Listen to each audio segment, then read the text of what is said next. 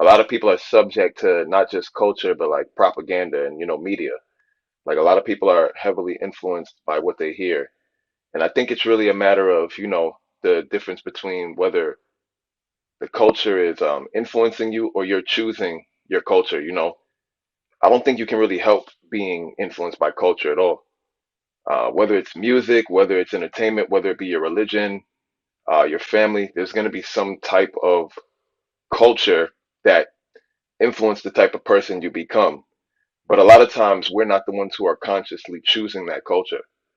I think that's a lot of the concern of what the guy in the video was talking about because, particularly today with hip hop and with music and social media and how it's so insidious in the way it gets into people's minds because our phones are always with us. There's always a screen on. We're always watching something. So it can really get into your mind from any different angle. And I think because of that, people definitely aren't choosing the culture. The culture is definitely being influenced. Um, the culture is definitely influencing them, and the culture is taking hold in their mind in a way that they're not consciously aware of. So I definitely think it's good for everybody to I guess do a little bit of self-reflection and evaluate themselves and try to audit how much of their behavior is influenced by their actual conscious decision making and how much of their behavior is influenced by you know external sources. So yeah. All right, go ahead, brother Hank. So, I'm gonna be honest, I kind of zoned out on that first part, talking about that bullshit to me. But the second part definitely makes sense. Um, you know, trying to, self correct yourself, fix yourself, look in the mirror, hold yourself accountable, and knowing you could be passing on, some bad bullshit on not on to your woman or your wife or your significant other, but to your kids too. So I could definitely agree with that. Fixing yourself before you get into any type of relationship. Don't carry no baggage into the next relationship because you're not going to do anything but ruin that too, as well as probably ruin that woman if the situation's that bad. So I'm all for that, self correction, fix yourself, being accountable, and all that other good stuff. That shit is talking about trend, having an earring, wearing a beard, or wearing your hair a certain way. Yeah, he took a long time to get to his point to me, but this is my opinion. All right, go ahead, Trigger Mike. Yeah, so the question was, who are you without the influence of the culture? That's a good question because I think you're your authentic self. You are your authentic self. What would you be doing without the pressure? That's really the word that we can say. That's what the culture puts on people to perform in a certain way, to look, dress, and behave in a certain way. So I believe that as you age and as you become older, get more wise, you are eventually supposed to become your authentic self. This is necessary not only for romantic relationships, but every relationship you have in your life cannot progress without you understanding that about yourself. And that's naturally going to hold people back. I think for me, one of the things that it did was my proximity to the people that I was trying to impress was a big factor in whether I submitted to the pressure of the culture.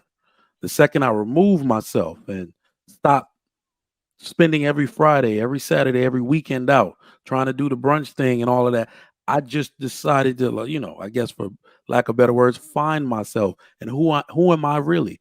I don't have to have every pair of fly ass Jordans or Oxfords even, right? To go out and be seen. I like t-shirts from Walmart now. Them shit's comfortable. This is from Walmart. This shit is from Walmart, right? You can usually tell when I dove myself into the role of dad, let's say, it became my favorite thing. It's something that I love so much more than any party, more than any sitting around smoking cigars with friends.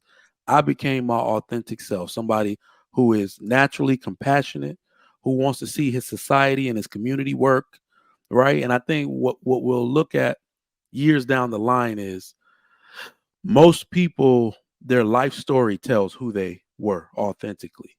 right? So, you know, in between, nobody's going to remember all the cars you drove, but they're going to remember that you spent some time in the military to serve your country.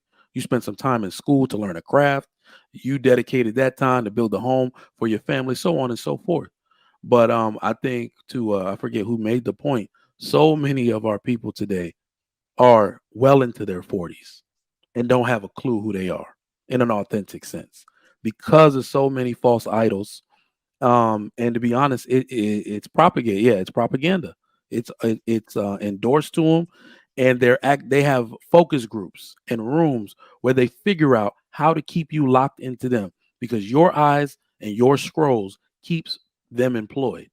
It keeps the advertising dollars rolling, so on and so forth. So I would invite people to unplug themselves from that just to find your authentic self, change up a little bit. And I know it's scary because this is the scariest part. When you do that, you're going to find yourself detaching from some friends and maybe even some family members. My mic is muted. All right. Go ahead, Shan.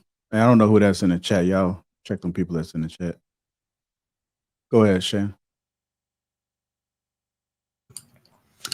Who are you without culture influencing your choices? I think you are you with or without the culture.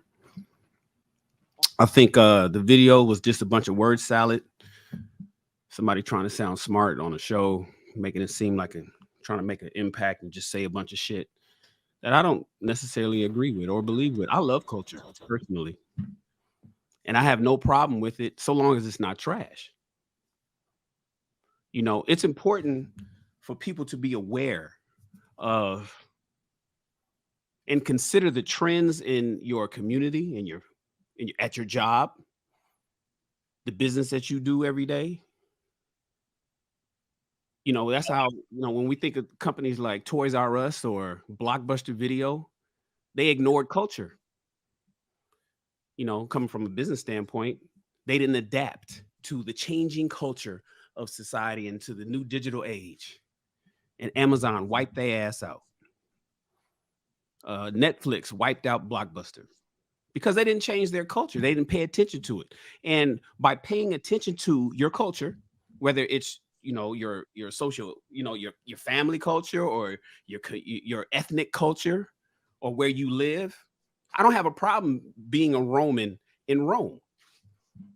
When in Rome, do as the Romans do, right? When in LA, when in Atlanta, when in New York, when in Japan, when in China, when in Australia, do as they do. Because it can provide you valuable insights to how you inform your decision making for what you do in your personal life and how you become who you are. You know, humans are colonial people. We live in colonies, you know, where there's usually a person in charge and then there's a chain of command and it breaks all the way down. That's how we are. We are lions. We're not tigers.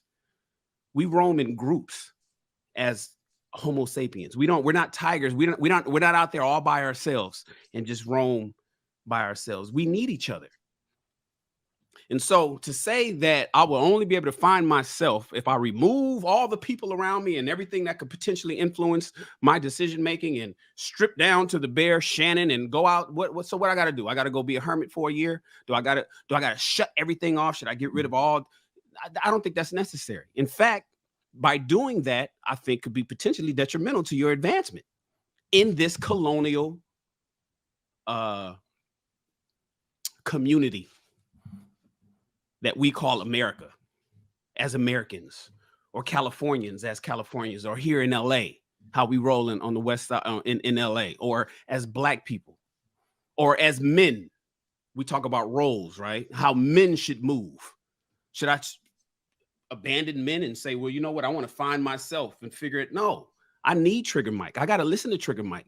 I want Hink and JR to influence me because they're not trash. Now, if it's got some trash motherfuckers, I gotta ignore that. And we have to have some discernment to be able to figure out who to ignore and who not to ignore. But I need to listen to Trev. I don't want to get rid of Trev so I can find myself. I want Trev to give me some information so he can influence me to be a better me.